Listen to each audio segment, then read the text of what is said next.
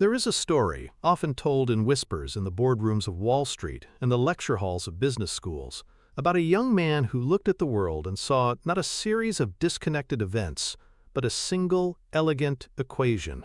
It's a story about a visit to the New York Stock Exchange, not as a tourist, but as a pilgrim. The year was 1940. The world was teetering on the brink of a global war. The economy was a fragile, wounded animal, still nursing the scars of the Great Depression. And a 10-year-old boy from Omaha, Nebraska named Warren Buffett stood on the floor of that financial cathedral and saw the future. He wasn't mesmerized by the frantic energy, the shouting traders, or the cascade of ticker tape. He was looking at something deeper. He was looking at the machine beneath the floorboards, the ghost in the system. He was looking at the invisible engine that drives all value, all growth, all power. He was looking at the simple, terrifying, beautiful force of compounding. Most of us hear the term compound interest, and our eyes glaze over. We think of a dusty chart in a high school economics textbook, a tool for planning a retirement that feels a lifetime away. But for Warren Buffett, this wasn't just a financial calculation. It was a law of the universe, as fundamental as gravity. He understood that this principle didn't just apply to money, it applied to everything. It was the secret engine that could compound knowledge into wisdom, handshakes into unbreakable alliances, and a good name into a fortress of trust. He saw that life itself was not a straight line, but an exponential curve, and the key was to get on the right curve and stay on it for a very, very long time. This is not a story about money. Not really. It's a story about a philosophy. It is the antidote to the feverish, desperate chase for the quick win, the overnight success, the lottery ticket that defines so much of our modern culture. It is a rejection of the idea that success is a lightning strike. Instead, it is the quiet recognition that true, lasting success, the kind of success that builds legacies and changes the world, is a snowball. It starts small. It's packed by hand. It's pushed over the crest of a very long hill on a day with very wet snow. And then, you let the immutable laws of physics and time do the work. You don't chase it. You don't try to speed it up. You simply have the wisdom to choose the right hill and the patience to let it roll. We are going to deconstruct that snowball. We are going to break down the master principle of Warren Buffett's life, not as a financial trick, but as a complete system for living, for learning, and for building. We will dissect it into 5 fundamental pillars, moving from the tangible to the intangible, from the dollars in an account to the ideas in a mind and the trust in a handshake. This journey is about understanding the physics of achievement. It is about rewiring your brain to see the world not in days and weeks, but in decades and generations. It is about harnessing the most powerful and most patient force in the universe. Our first pillar is the one you think you know. It's the foundation upon which the entire empire of Berkshire Hathaway was built. It is the most visible, the most studied, and the most misunderstood application of Buffett's core philosophy. It is the compounding of capital. But to truly understand it, we can't just look at a spreadsheet. We have to travel back in time, to a moment of crisis, a moment of national panic, when one of America's most treasured institutions was on its knees, and everyone, absolutely everyone, was running for the exits. The year was 1973. The air in America was thick with distrust. The Vietnam War was a festering wound. The Watergate scandal was beginning to unravel the Nixon presidency, and the economy was sinking into the mire of stagflation. The stock market, a barometer of national confidence, was in a freefall. It was a terrible time to be an investor. It was a time for fear, for caution, for selling everything and stuffing the cash under a mattress. And in the middle of this storm stood the Washington Post Company. This was not just any company. It was a pillar of American journalism, a dynastic institution run by the formidable Katharine Graham. But it was in trouble, deep trouble. The company had recently gone public, and its stock price was getting hammered along with the rest of the market. Worse, it was at the epicenter of a political firestorm. Its reporters, Bob Woodward and Carl Bernstein, were methodically exposing the Watergate conspiracy, making powerful enemies all the way up to the White House. The Nixon administration was engaged in open warfare against the Post, threatening its television station licenses, which were the company's primary source of profit. The market looked at the Washington Post and saw risk. It saw political danger, economic headwinds, and a declining stock price. It saw a reason to sell. Warren Buffett looked at the exact same picture, and he saw the opportunity of a lifetime. He had been reading the Post's annual reports for years. He didn't just see a newspaper. He saw a bundle of incredible assets. He saw a dominant newspaper in a major city, a media property with a powerful brand and a deep connection to its community. He saw those highly profitable television stations that the market was so worried about. He understood the business of media, the economics of it, the durable competitive advantages that a market leader possessed. He did the math. The entire company, with its legendary newspaper, its Newsweek magazine, and its cash cow TV stations, had a market capitalization of around $80 million. Buffett believed the company was worth at least $400 million, maybe $500 million. It was like finding a Rembrandt at a garage sale, priced to sell for the cost of the frame. The market was panicking about the short-term political drama, the noise. Buffett was focused on the long-term value, the signal. So, while everyone else was selling, Buffett started buying. Quietly, methodically, he began accumulating shares. He wasn't day trading. He wasn't trying to catch a falling knife. He was making a single, high-conviction decision based on years of accumulated knowledge.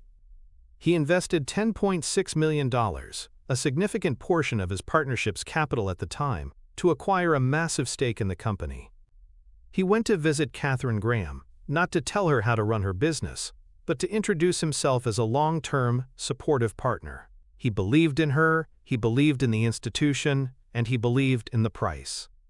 And then, he did the hardest part. He waited. He held on through the market downturn. He held on as the Watergate story reached its crescendo. He held on as the economy sputtered. He was planting a tree, not trading a piece of paper.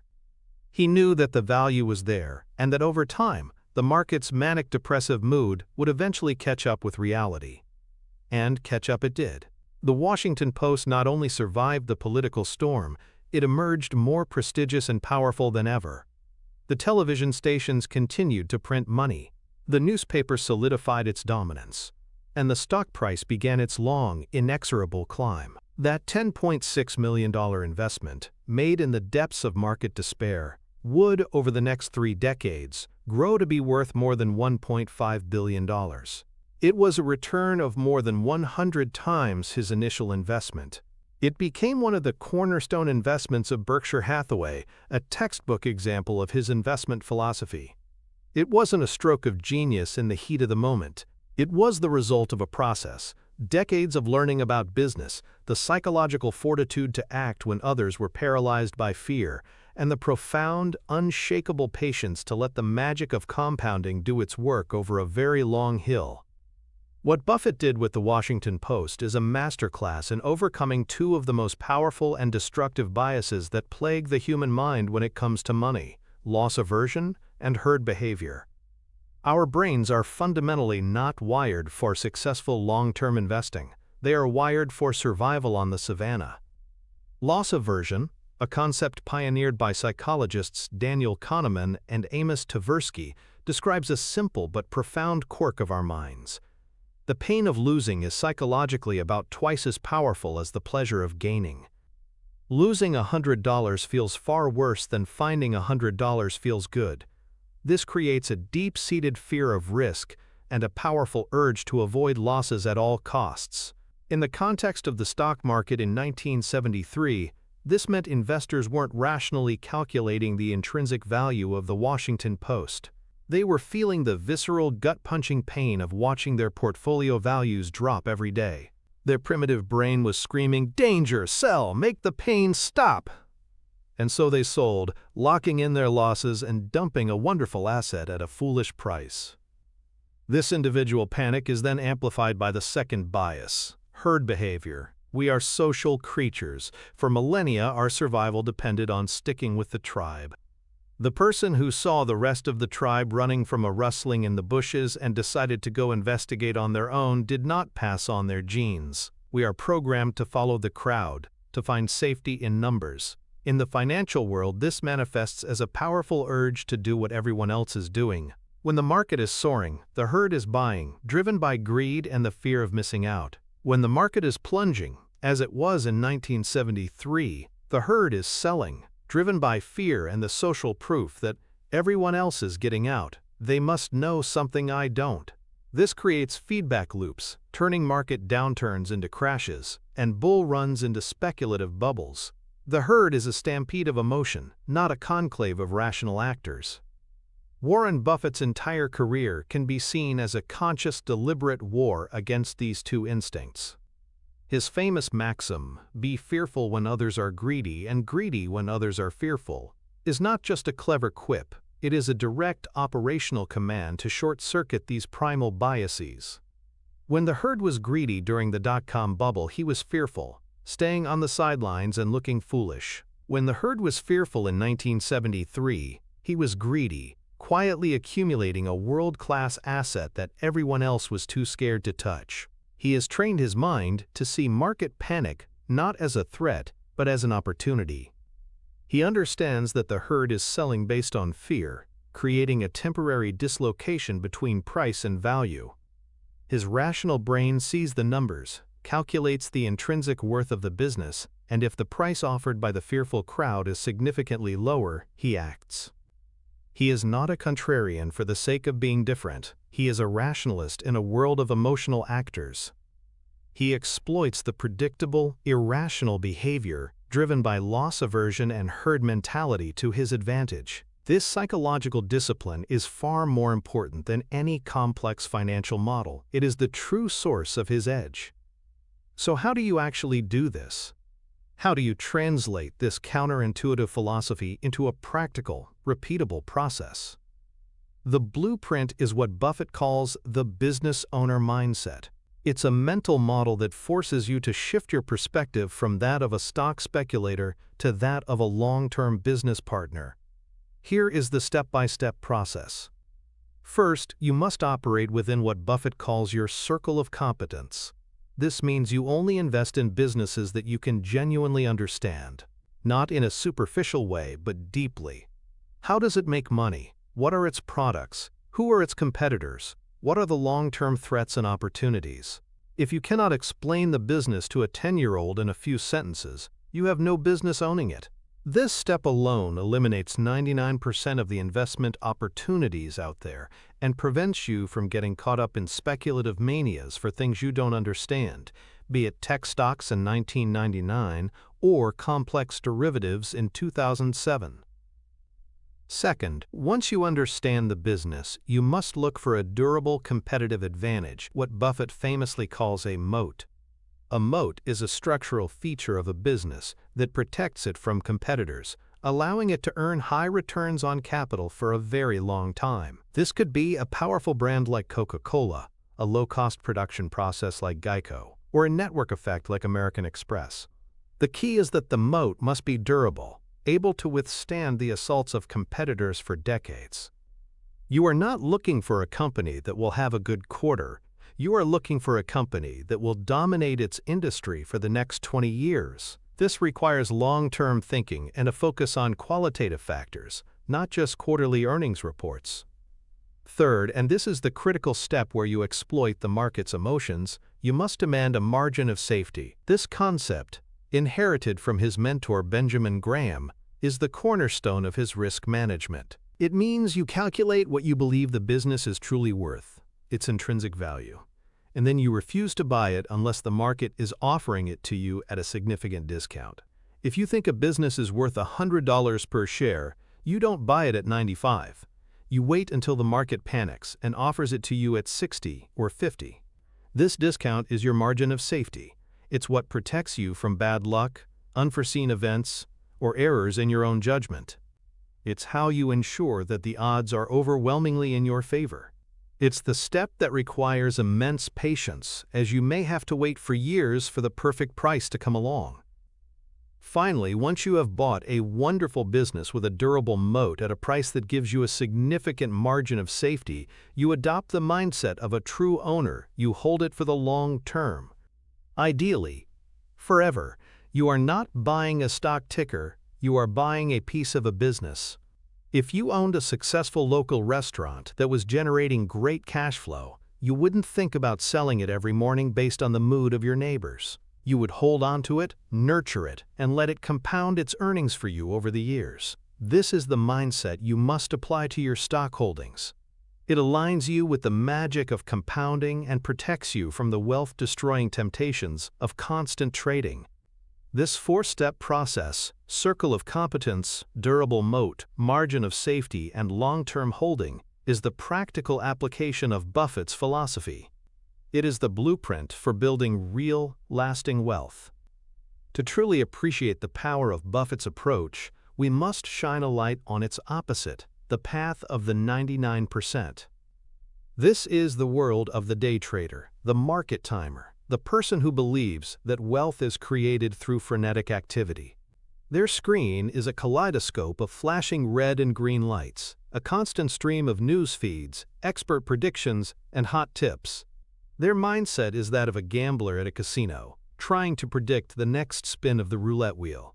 They believe they can outsmart the market, that they can dance in and out, buying at the bottom and selling at the top.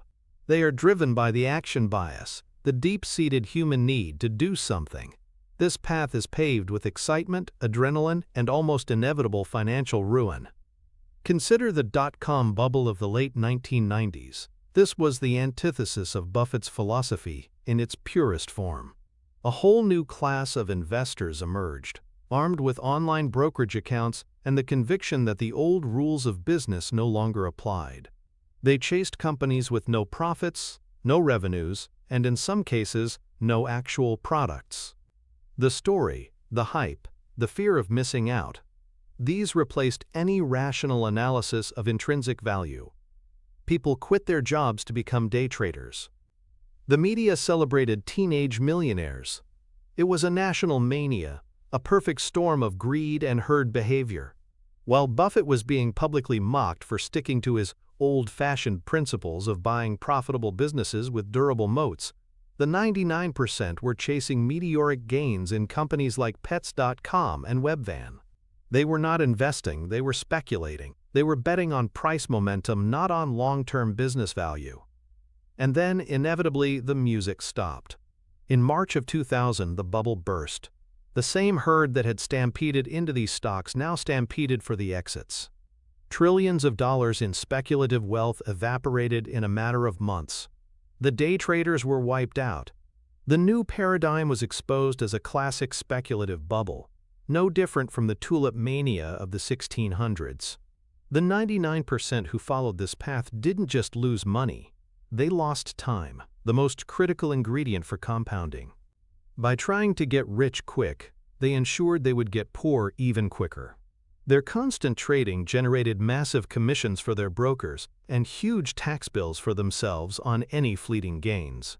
They were playing a loser's game, a game rigged against them by their own emotions and the very structure of the market. This path is seductive because it promises instant gratification. It offers the thrill of the gamble. But it is a siren song that leads directly to the rocks of financial failure. It is the polar opposite of the patient, disciplined, business-like approach that slowly, methodically, and unstoppably builds the snowball of wealth. The difference between these two paths isn't just philosophical, it's brutally mathematical. The direct financial connection between Buffett's method and his extraordinary results lies in the raw, exponential power of the compound interest formula. The formula itself is simple. A equals P times 1 plus R over N to the power of N times T. But its implications are profound. Let's break it down in simple terms. Imagine you start with $10,000. If you earn a simple 10% return each year, after 30 years you'll have your original $10,000 plus 30 years of $1,000 returns, for a total of $40,000. That's linear growth. It's a straight line. Now, let's apply compounding. In year 1, you earn 10% on 10,000, so you have 11,000. But in year 2, you earn 10% on 11,000, not 10. You're earning interest on your interest. This small difference seems insignificant at first, but over time, its effect is explosive. That same $10,000, compounded at 10% annually for 30 years, doesn't become $40,000. It becomes over $174,000. Extend the timeline to 40 years, the length of a typical career, and the number balloons to over $450,000. The graph of your wealth is no longer a line. It's a curve that gets steeper and steeper, bending upwards towards the sky. This is the engine that Buffett has harnessed. But he adds 2 crucial accelerators. First, his superior investment returns, his R in the formula, have historically been much higher than the market average, closer to 20%. At 20%, that $10,000 becomes nearly $2.4 million in 30 years. The curve becomes almost vertical. Second, and this is the direct financial result of his long-term holding philosophy, he minimizes the 2 great destroyers of compounding, fees and taxes. Every time the day trader on the path of the 99% buys or sells, they pay a commission. Every time they sell a winner, they have to pay capital gains tax to the government, taking a slice of their principal out of the compounding machine. Buffett avoids this. By finding a wonderful company and holding it for decades, he lets the entire amount, the original principal and all the accumulated gains, continue to work for him, uninterrupted. He defers the tax bill for as long as possible.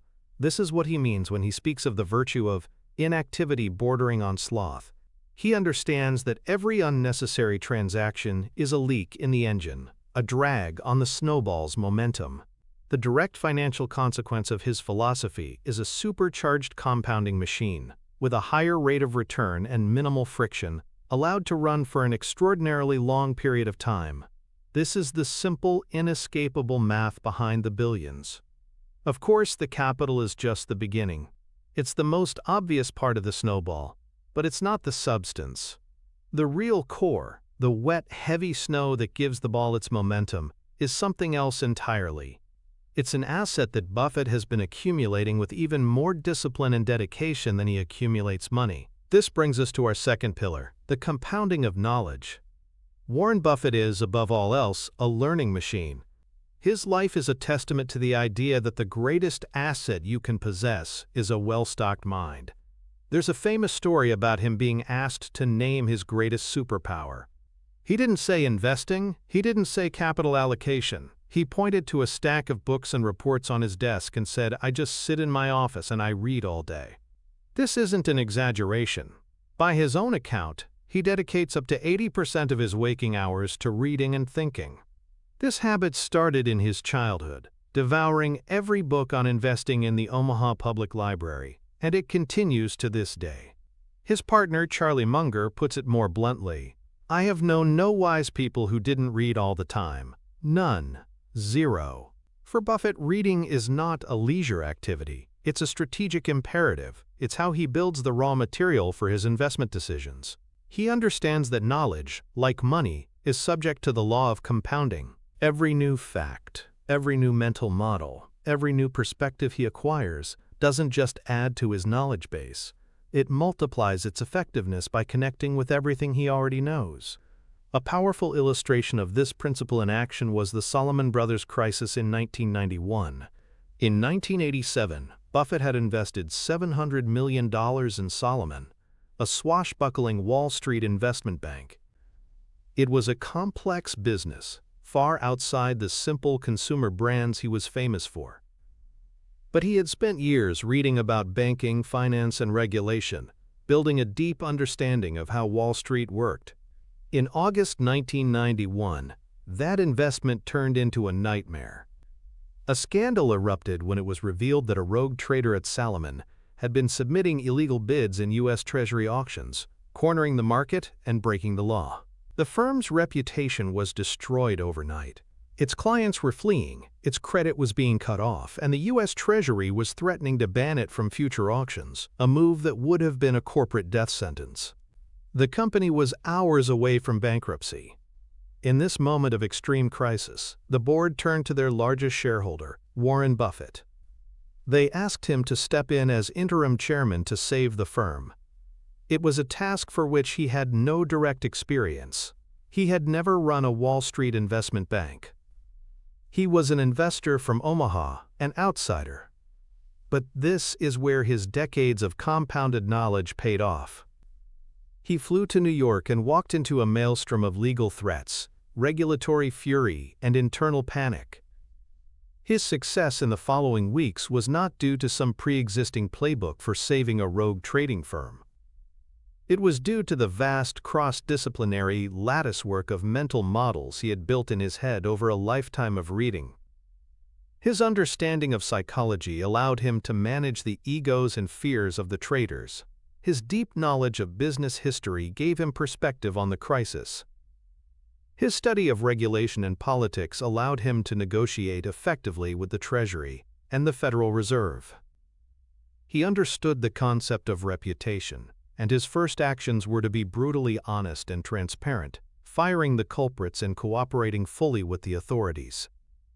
He went before Congress and, with his plain-spoken Midwestern credibility, apologized and promised to clean house. He saved the firm. He protected his $700 million investment. He did it not with a spreadsheet but with wisdom. Wisdom that had been patiently, quietly, and deliberately compounded, page by page, book by book, for over 50 years. The psychological principle that Buffett's reading habit systematically dismantles is known as the, quote, availability heuristic. This is a mental shortcut our brains use to make judgments. We tend to overestimate the importance of information that is easily available to us, that we can recall quickly. This is why people are often more afraid of flying than driving, even though driving is statistically far more dangerous. We can easily recall vivid media images of plane crashes, while car accidents are mundane and less memorable. In the world of business and investing, the availability heuristic is a disaster. It causes people to make decisions based on what's hot right now, what's in the headlines, what their friend told them about at a cocktail party. Their decision-making universe is limited to the recent and the dramatic. Buffett's relentless reading is a direct assault on this bias. He is not just consuming information, he is building a comprehensive, multi-layered map of reality in his mind. Charlie Munger calls this a, quote, lattice work of mental models.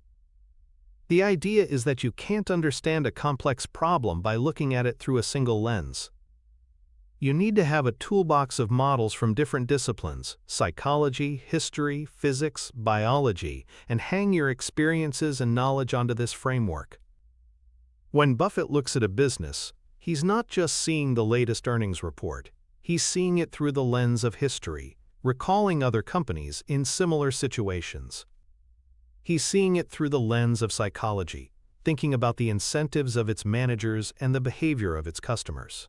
He's seen it through the lens of economics, analyzing its competitive moat. This deep, cross-disciplinary knowledge base means that when he faces a problem, like the Solomon crisis, he has a rich, diverse set of tools to pull from, not just the easily available information of the moment. His daily reading habit is a conscious effort to expand this latticework, to ensure that his decisions are based on a deep, fundamental understanding of how the world works, not just on the fleeting noise of the daily news cycle. It is a lifelong project of debiasing his own mind. How can you begin to build your own engine for compounding knowledge? The blueprint is a combination of two powerful ideas, the 5-hour rule and the construction of your own mental latticework. The 5-hour rule, a concept observed in many ultra-successful people like Buffett, Bill Gates, and Ben Franklin, is simple in principle but difficult in practice.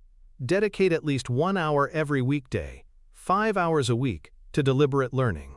This is not about skimming articles or scrolling through social media. It's about focused, intentional study. The first step is to schedule it. Put it in your calendar like a critical meeting. Protect that time ruthlessly. During this hour, the key is to read with a purpose. Second, read broadly. Don't just stick to your own industry or field. The power of the lattice work comes from connecting ideas from different domains. Read a biography to understand human nature and incentives. Read a book on evolutionary biology to understand competition and adaptation. Read a history of a financial crisis to understand market psychology. The goal is to collect mental models. When you learn about the concept of a tipping point from sociology, you can apply it to business strategy. When you learn about feedback loops from engineering, you can apply it to personal habits. You are building a toolbox that will allow you to see the world with a clarity that the narrow specialist can never achieve. Third, engage actively with the material.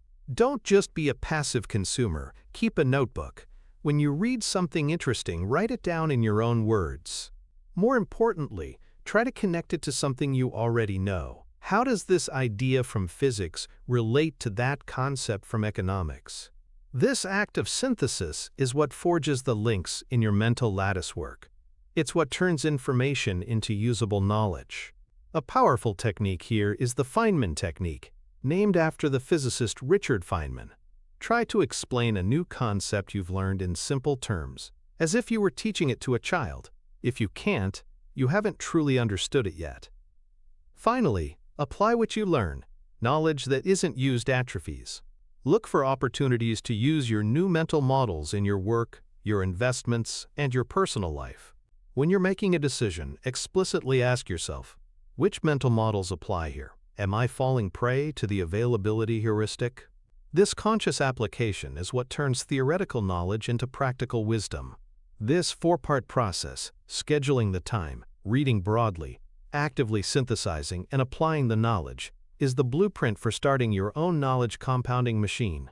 It's a commitment to lifelong learning that pays dividends that are far greater and far more durable than any financial investment.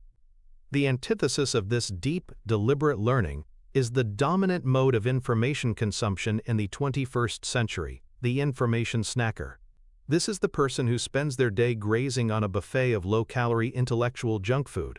They scroll endlessly through social media feeds, consuming headlines without reading the articles, reading tweets stripped of all context, and watching short, algorithmically chosen videos designed to provide a quick hit of dopamine. The information snacker feels like they are informed. They can quote the latest outrage, mention the latest trending topic, but their knowledge is a mile wide and a millimeter deep. They are building a sandcastle of disconnected facts, not a bedrock foundation of understanding.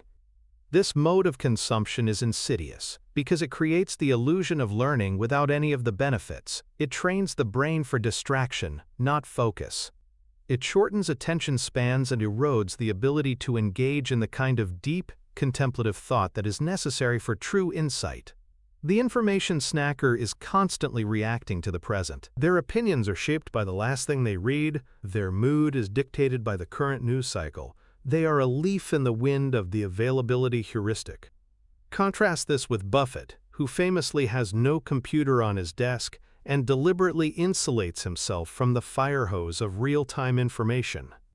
He is not trying to know everything that is happening right now. He is trying to understand the timeless principles that govern why things happen. The information snacker is chasing the noise. Buffett is listening for the signal. The path of the 99% is to be perpetually busy, perpetually connected, and perpetually shallow. It's a path that leads to a great deal of information, but very little wisdom, and it is the mortal enemy of the compounding of knowledge. The direct financial connection of this pillar is profound, though less obvious than with capital. Compounded knowledge translates into a massive financial advantage through the concept of a knowledge margin of safety. When Buffett invested in the Washington Post, his deep understanding of the media business gave him the confidence to act when others were paralyzed by fear. His knowledge was his margin of safety. The more you know about an industry, a company, and its competitive landscape, the better you can estimate its true intrinsic value. This reduces your risk. You are less likely to overpay and less likely to be blindsided by a predictable industry shift.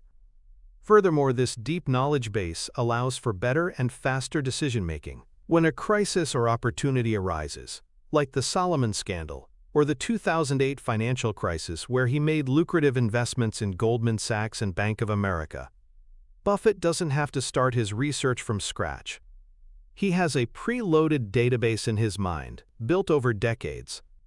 He can analyze the situation, see the second and third order consequences, and make a rational decision while everyone else is still trying to figure out what's happening. This ability to make high-quality executive decisions under pressure is a direct result of his lifelong learning.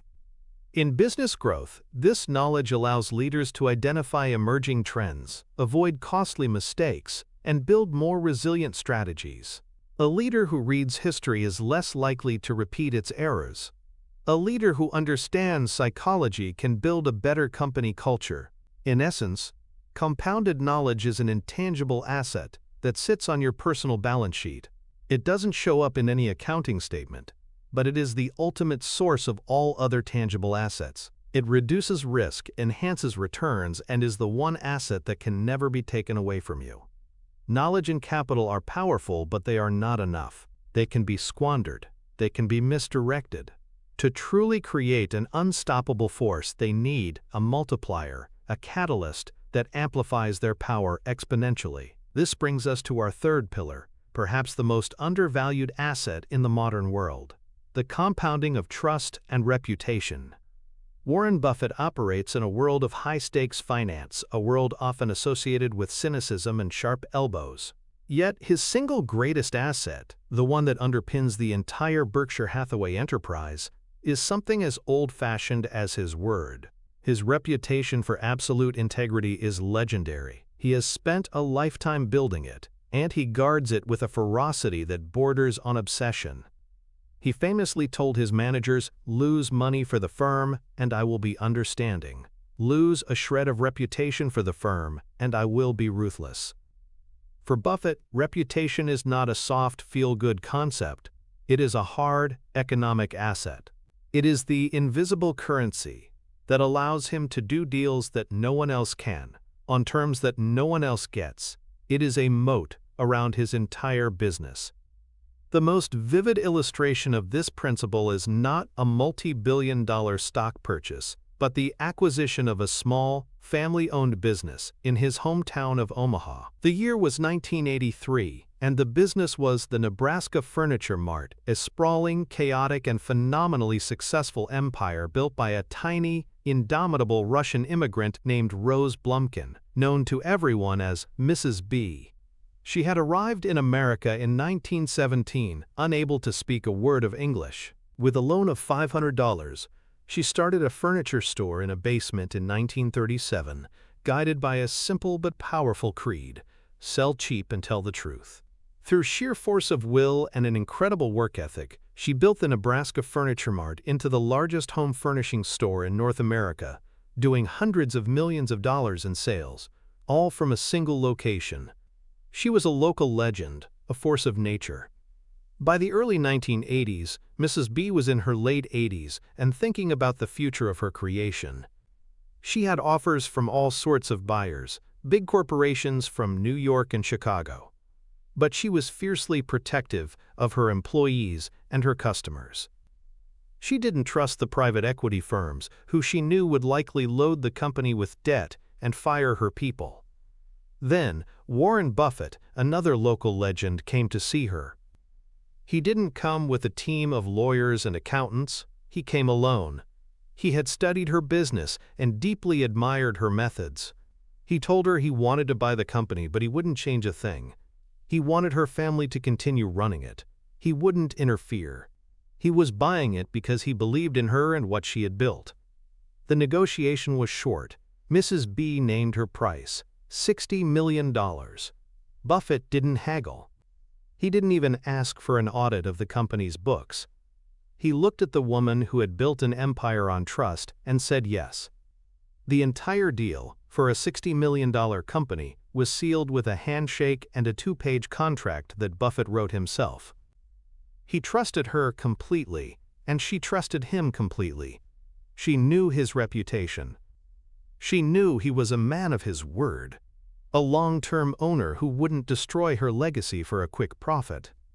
His compounded reputation gave him access to an opportunity that was invisible to the rest of the financial world. He bought a phenomenal business with no competitive bidding, no expensive due diligence, and no friction. He simply leveraged the trust he had spent 40 years building in his community. The Nebraska Furniture Mart went on to become an even greater success under Berkshire Hathaway, a testament to the power of a business transaction founded not on suspicion, but on mutual respect and compounded trust. The psychological bedrock of this pillar is a combination of two powerful social forces, the reciprocity principle and social proof. The reciprocity principle, articulated by psychologist Robert Cialdini, describes the deep-seated human need to repay, in kind, what another person has provided us. When you do a favor for someone, they feel a psychological obligation to do a favor for you in return. Buffett's entire career is a masterclass in leveraging this principle in its most positive form. By consistently acting with fairness, transparency, and generosity, he creates a vast reservoir of goodwill. When he does a deal like the one with Mrs. B, treating her with immense respect and trust, he is not just buying a company, he is creating a partner who is now psychologically inclined to ensure the deal works out for him. This principle extends to his shareholders, his managers, and even his competitors. He acts first with integrity, triggering the reciprocity instinct in those around him. Social proof is the tendency to assume the actions of others in an attempt to reflect correct behavior for a given situation. It's a form of herd behavior, but in this context, it works in Buffett's favor. His decades-long track record of honesty and success acts as a powerful signal to the market. When Warren Buffett invests in a company, it's a stamp of approval. When a family is looking to sell their business, the fact that dozens of other respected families have sold to Buffett and had a wonderful experience serves as overwhelming social proof that he is the right buyer. This reputation radically reduces what economists call transaction costs. These are the hidden costs of doing business, the time and money spent on lawyers, accountants, negotiations, and due diligence, all stemming from a baseline of distrust. For Buffett, these costs are often reduced to near zero. A handshake with Mrs. B is faster and cheaper than months of legal wrangling. His reputation is a lubricant that makes the entire economic engine run more smoothly and more profitably. It's a self-reinforcing loop. His integrity builds his reputation, which brings him better deals, which enhances his success, which further solidifies his reputation. It's a snowball of trust. How do you build an asset like this? It is the work of a lifetime, but it is built with daily actions. The blueprint for compounding trust is what we can call the integrity algorithm. It's a set of simple, non-negotiable rules for behavior. The first step is to explicitly define your principles. As Buffett advised a group of students, think about the person you most admire and write down the qualities that make you admire them. Then, think of the person you have the least respect for and write down their qualities. The first list is your blueprint. The second is your anti-blueprint. This exercise forces you to articulate your own code of conduct. These are your non-negotiables. Second, apply the front page of the newspaper test to every single decision. Before you do something, ask yourself, would I be comfortable with this action being reported in detail on the front page of my local newspaper to be read by my family, friends, and neighbors? This simple mental model is a powerful filter. It forces you to consider the long-term reputational consequences of your actions, not just the short-term benefits. It is a check against cutting corners, telling small lies, or acting in a way that is technically legal but ethically dubious. Third, practice the principle of under-promise and over-deliver. In every interaction, whether with a client, an employer, or a partner, make it your goal to deliver more value than you promised. This simple habit builds a reputation for reliability and excellence. It turns customers into evangelists and colleagues into allies. It's the small daily deposits into the bank account of trust. Finally, be radically transparent, especially when it comes to bad news. Anyone can be honest when things are going well. True integrity is revealed in moments of failure or crisis. When you make a mistake, own it immediately. Explain what happened and detail how you will fix it. Trying to hide or spin bad news is the fastest way to destroy trust. As Buffett writes in his annual letters, he is always upfront about his mistakes. This counterintuitive act of admitting failure actually builds more trust than a perfect track record ever could, because it demonstrates a commitment to the truth above all else. This four-part algorithm, defining your principles, applying the newspaper test, over-delivering, and owning your mistakes, is the slow, patient, day-by-day process of compounding a reputation that will become your most valuable asset. The opposite path, taken by so many in the pursuit of quick success, is that of the transactional operator. This is the mindset that views every interaction as a zero-sum game. There must be a winner and a loser, and their goal is to be the winner, every single time. The transactional operator tries to squeeze every last drop of advantage from a negotiation. They might fudge the numbers a little, bend the rules, or exploit a loophole. They are focused on the immediate gain, the short-term profit, with little regard for the long-term relationship or their own reputation. They might win a single deal, but they burn a bridge in the process. We have seen the spectacular flameouts of this approach throughout business history. Think of Enron, whose executives built a culture of arrogance and deception, creating phantom profits and hiding massive debts. For a time, they looked like geniuses. They won. But their success was a house of cards built on a foundation of lies. When it collapsed, it didn't just wipe out the company, it destroyed the lives of thousands of employees and investors and forever stained the reputations of everyone involved. On a smaller scale, we see this in the salesperson who uses high-pressure tactics to make a sale, knowing the customer will have buyer's remorse. They get the commission today, but they lose a customer for life and damage their company's brand. The transactional operator leaves a wake of distrust and resentment behind them. They may achieve fleeting, short-term success, but they will never build the kind of self-propelling snowball of opportunity that comes from a compounded reputation for integrity. Their path is one of diminishing returns, as more and more people learn not to trust them. It is the very definition of a losing long-term strategy. The direct financial connection of a compounded reputation is a powerful, though sometimes hidden, river of value that flows directly to the bottom line. It manifests primarily as a deal flow engine. Buffett doesn't need to hunt for investment opportunities, they come to him. When a family that has spent generations building a business decides to sell, they often don't want to sell to a faceless corporation or a private equity firm that will break it apart. They care about their legacy, their employees, their community. They want a permanent home for their creation. And on that very short list of potential buyers, Warren Buffett is almost always number one. This means he gets the first look at some of the best businesses in the world. He avoids competitive, value-destroying bidding wars. He gets to see opportunities that the rest of the market doesn't even know exist. This proprietary deal flow is a direct, quantifiable result of his reputation. Furthermore, he gets better terms. Sellers are often willing to accept a lower price to sell to Berkshire Hathaway because they are buying something more valuable than money. The peace of mind that their legacy is in safe hands. This, quote, reputation premium that he pays for in integrity, he cashes in on with lower acquisition prices. Inside Berkshire, this trust has a direct financial benefit as well.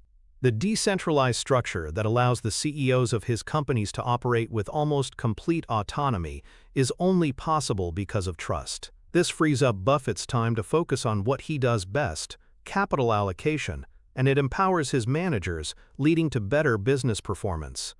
Trust lubricates the entire machine, reducing friction, lowering costs, and opening up opportunities. It is an intangible asset that produces very tangible, very massive financial returns. Even with a fortress of capital, a library of knowledge, and a reputation of pure gold, the compounding machine is not complete. It needs a network. Not the kind of network you see on social media, but a deep, powerful current of human connection. This brings us to our fourth pillar, the compounding of relationships.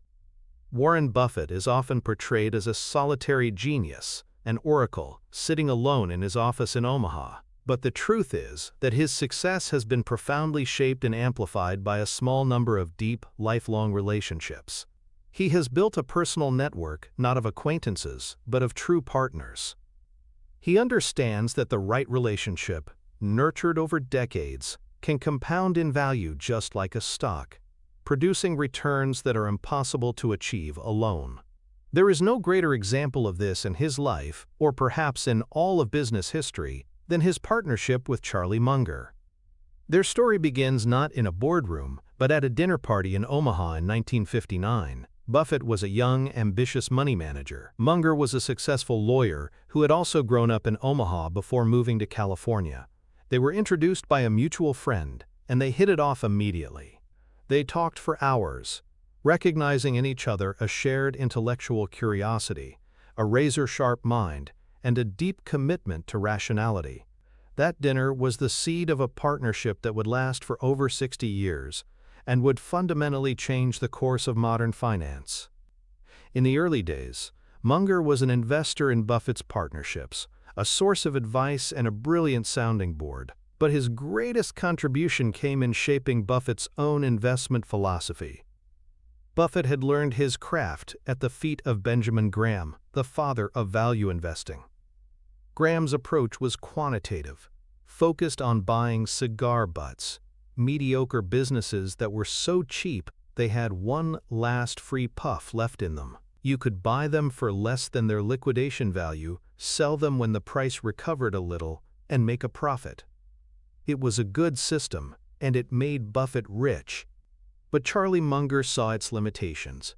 He pushed Buffett to evolve. Munger's mantra was different. Forget what you know about buying fair companies at wonderful prices. Instead, buy wonderful companies at fair prices. He argued that it was far better to pay a fair price for a truly great business with a durable moat, like a See's Candies or a Coca-Cola, and let its intrinsic value compound for decades, than it was to constantly hunt for mediocre cigar butts. It was Munger who pushed Buffett to make the See's Candies acquisition in 1972. Buffett was hesitant. The price was higher than his traditional Graham-style metrics would have allowed, but Munger saw the power of the brand, the customer loyalty, the pricing power. He saw the wonderful company. They bought it, and it became a cash-generating machine for Berkshire, a living lesson in Munger's philosophy. This single shift, driven by his intellectual partnership with Munger, was one of the most important turning points in Buffett's career. It scaled his approach, allowing him to invest billions instead of millions. Munger became the vice chairman of Berkshire Hathaway, and for the next 5 decades, almost every major capital allocation decision was filtered through their combined intellect. Their relationship was not one of master and apprentice. It was one of two powerful minds, sharpening each other, challenging each other's assumptions, and arriving at a better answer together than either could have alone. Their friendship was a compounding asset of incalculable value. 1 + 1, in their case, equaled not 2, but 100. The psychological principle at the heart of the Buffett-Munger partnership is the mitigation of cognitive biases, most notably confirmation bias. Confirmation bias is the natural human tendency to search for, interpret, favor, and recall information in a way that confirms or supports one's pre-existing beliefs or hypotheses. We love to be right. Our ego is tied to our ideas. This is incredibly dangerous in investing in business. If you fall in love with a stock, you will unconsciously start to seek out news that supports your thesis and ignore news that contradicts it. You become your own worst enemy. A trusted, intelligent partner who you empower to disagree with you is the most powerful antidote to this bias. Charlie Munger's primary role in his relationship with Buffett is to be the quote, abominable no-man. His job is to challenge Buffett's ideas, to poke holes in his arguments, to force him to defend his thinking from every possible angle. Their conversations are a relentless search for truth, with no room for ego. This intellectual sparring creates what is often called a mastermind, a concept popularized by Napoleon Hill in his book Think and Grow Rich. It's the idea that when two or more minds come together in a spirit of harmony and work towards a definite purpose, they create a third invisible mind, a mastermind, that is more powerful and intelligent than any of the individual minds. The compounded relationship between Buffett and Munger is the ultimate mastermind. It is a bias detection machine, a decision-making engine that has been refined and strengthened over 60 years of mutual trust and intellectual honesty. It ensures that the final decisions made at Berkshire are as rational and as free from emotional error as humanly possible. How can you apply this principle to your own life? You can build your own personal board of directors. This isn't about formal networking. It's about cultivating a small, trusted circle of advisors. Here's the blueprint. First, identify 3 to 5 people in your life who you admire for their intelligence, integrity, and wisdom. Crucially, they should be smarter than you in different domains. You might have one person who is financially savvy, another who has deep emotional intelligence, and a third who is a brilliant strategist in your field. The key is diversity of thought.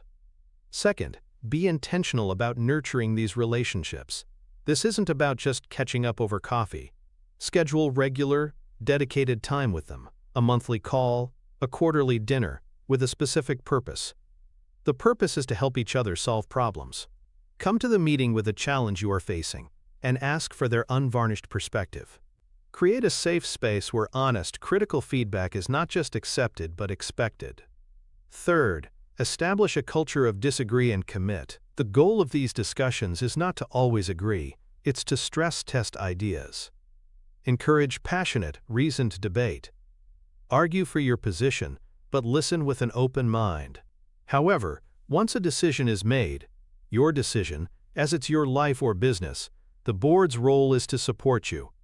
This combination of rigorous debate before a decision and unified support after is what makes the model so powerful.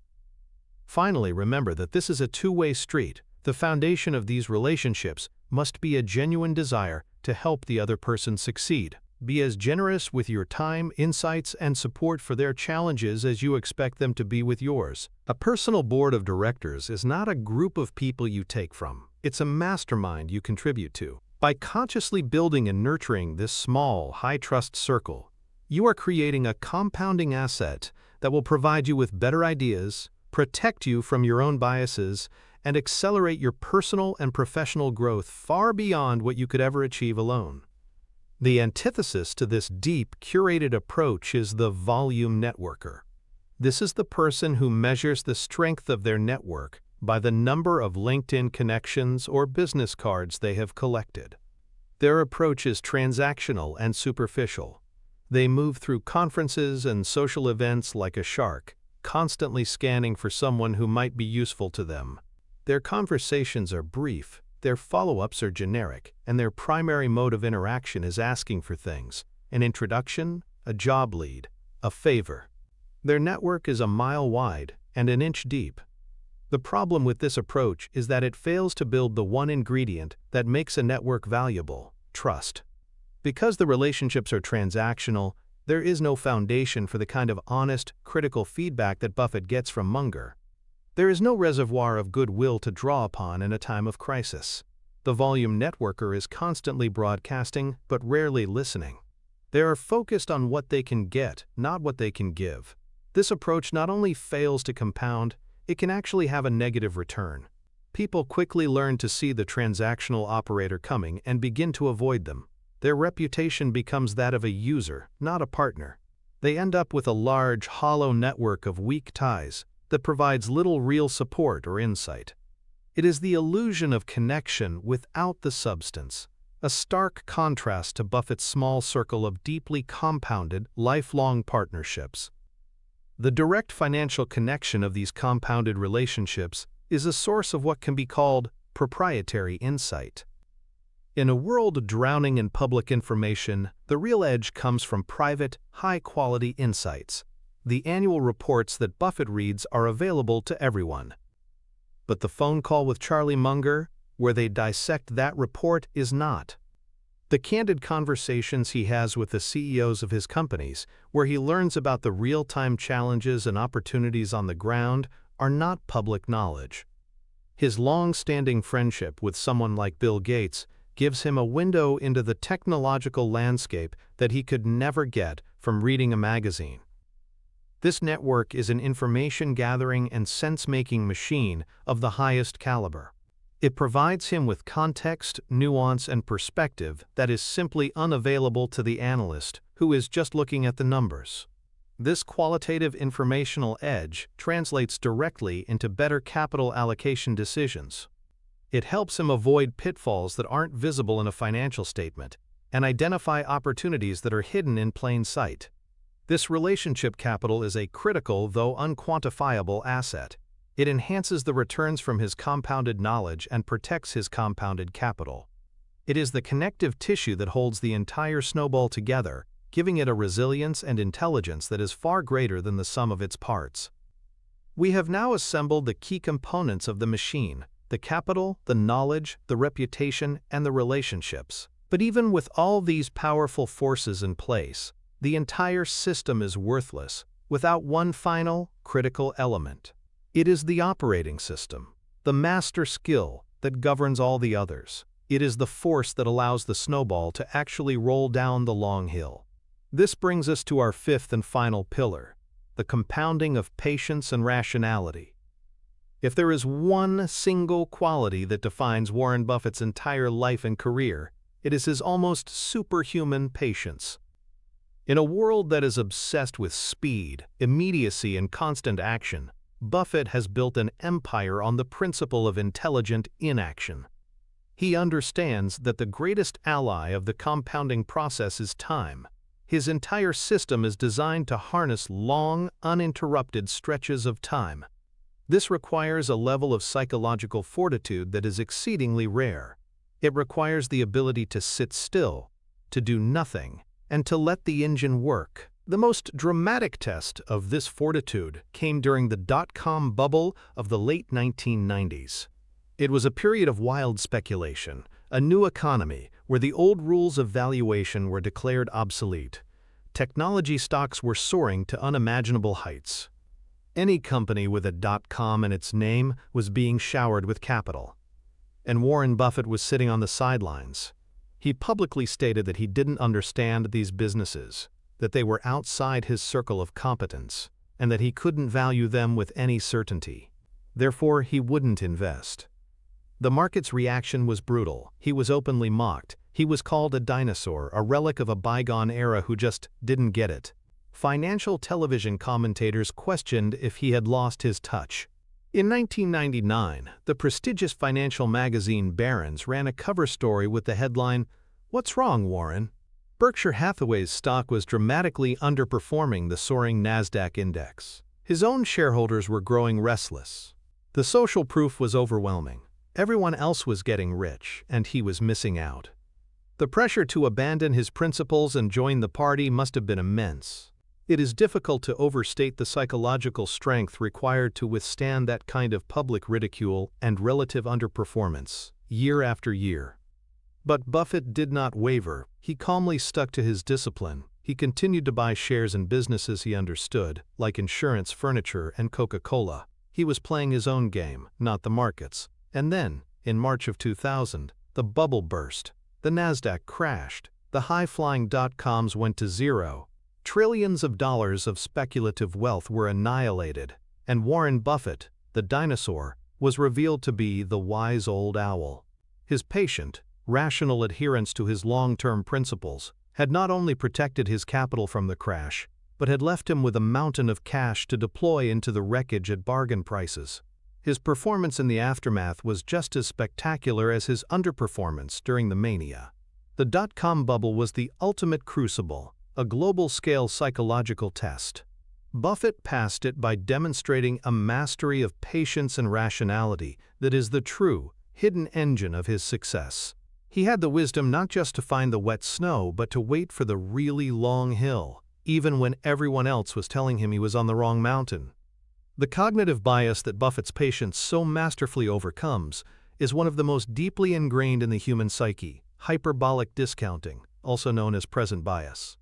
This is our tendency to prefer smaller, immediate rewards over larger, later rewards. Our brains are wired to value the present far more than the future. If you offer someone the choice between $100 today or $110 in a week, most people will take the $100 today, even though a 10% return in 1 week is an astronomical annualized gain. This is the bias that drives procrastination, credit card debt, and unhealthy eating. It is the engine of the get-rich-quick mentality. We want the reward, and we want it now. Buffett's entire life philosophy is a conscious rebellion against this primal urge. He has trained his brain to think in decades, not days. He is willing to forego a small immediate profit for a massive long-term gain. He is playing a different game than almost everyone else. While the market is obsessing over quarterly earnings reports and daily price fluctuations, Buffett is thinking about what a business will look like in 10 or 20 years. This ability to delay gratification is not just a virtue, it is a strategic advantage of almost unimaginable power. He is able to make decisions that are unavailable to the fund manager who is judged on their quarterly performance or the CEO who is worried about the next earnings call. He has architected his life and his business, Berkshire Hathaway, to be a fortress against present bias. The permanent capital structure of Berkshire means he never has to sell his best ideas. He can simply let them compound, free from the impatient demands of others. He has solved the psychological problem of hyperbolic discounting, and in doing so, has unlocked the full, explosive power of the compounding curve. How can one cultivate this kind of epic patience in a world of instant gratification? The blueprint lies in adopting two of Buffett's most powerful mental models for decision-making: the 20-slot punch card and the two-hard pile. The 20-slot punch card is a thought experiment. Imagine that when you are born, you are given a punch card with only 20 slots on it. Each time you make an investment, you have to punch a hole, and you only get 20 punches for your entire life. This mental framework has a profound effect. It forces you to be incredibly selective. You wouldn't waste a precious punch on a half-baked idea or a speculative whim. You would wait and wait and wait for an opportunity that was so good, so obvious, that you were willing to commit one of your irreplaceable slots to it. You would do more research, you would think more deeply, and you would demand a much larger margin of safety. This model short-circuits the desire for constant action and replaces it with a discipline of extreme selectivity and patience. The second model is the two-hard pile. Buffett and Munger are famous for their ability to quickly sort business and investment problems into one of three piles: in, out, and too hard. The in pile contains the small number of opportunities that fall within their circle of competence and look promising. The out pile is for businesses that are clearly bad or overpriced. But the most important pile is too hard. This is where they put the vast majority of opportunities: the complex technology companies, the businesses and industries they don't understand, the situations where the future is too unpredictable. Unlike most people who feel a need to have an opinion on everything, Buffett is perfectly comfortable saying, "I don't know." He doesn't waste a moment of mental energy on the too-hard pile. He just moves on to the next idea, looking for the easy, obvious pitch. This mental habit is a powerful tool for developing patience. It gives you permission not to act. It frees you from the pressure to participate in every trend or investment fad. By creating your own too-hard pile, you conserve your emotional and intellectual capital for the few truly great opportunities that will come your way, if you are patient enough to wait for them. The antithesis of this patient, rational approach is the action bias. This is the human compulsion to do something, even when the rational course of action is to do nothing. We see it everywhere. The investor who feels they need to constantly tinker with their portfolio, selling one stock to buy another, convinced that the next trade will be the big one. The corporate CEO who, under pressure to show results, pursues a splashy, ill-advised acquisition instead of focusing on the slow, boring work of organic improvement. The individual who jumps from one self-help trend to another, a new diet, a new productivity app, a new set of atomic habits, without giving any single one enough time to actually compound and produce results. This constant motion creates the illusion of progress, but it is often deeply counterproductive. It's like a gardener who keeps pulling up their plants to check if the roots are growing. The action bias prevents the snowball from ever gaining momentum. Every change in direction, every unnecessary transaction creates friction. It racks up costs, both financial and cognitive. The person ruled by the action bias is always busy, but they are running in place. They are so focused on the motion of the next step that they fail to see that they are on a treadmill, not on the long hill to success. Buffett's lethargy bordering on sloth is the strategic antidote to this destructive impulse. He understands that in investing and in life, sometimes the most profitable and intelligent action is no action at all. The direct financial connection of compounding patience is arguably the most powerful of all 5 pillars, as it acts as a supercharger for everything else. Its most tangible benefit is the minimization of wealth-destroying costs. As we discussed earlier, every transaction incurs costs. There are brokerage commissions, and more significantly, there are taxes. When you hold a winning stock for a year and sell it, you might pay a 20 to 30% capital gains tax on your profit. That is money that is permanently removed from your compounding machine. But if you hold that same stock for 30 years, you defer that tax bill for 3 decades. For 30 years, the government's share of your profit is still sitting in your account, working for you, compounding on your behalf. It's like having a massive, interest-free loan from the IRS. The difference this makes over a lifetime is not just significant, it is astronomical. Furthermore, patience allows you to ride out the inevitable cycles of the market. The market will crash, it is a certainty. The impatient investor driven by fear will sell at the bottom, locking in devastating losses. The patient investor who has bought good businesses at fair prices understands that this is a temporary storm. Their patience allows them to hold on through the downturn and benefit from the eventual recovery. It can even allow them to be greedy when others are fearful, adding to their positions at bargain prices.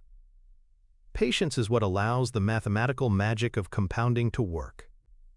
Without it, the exponential curve is repeatedly broken and reset. It is the master variable in the entire equation of wealth creation.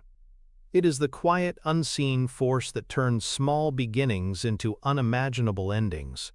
You have just been given a powerful set of tools. We have journeyed through the 5 compounding engines that drive the phenomenal success of Warren Buffett.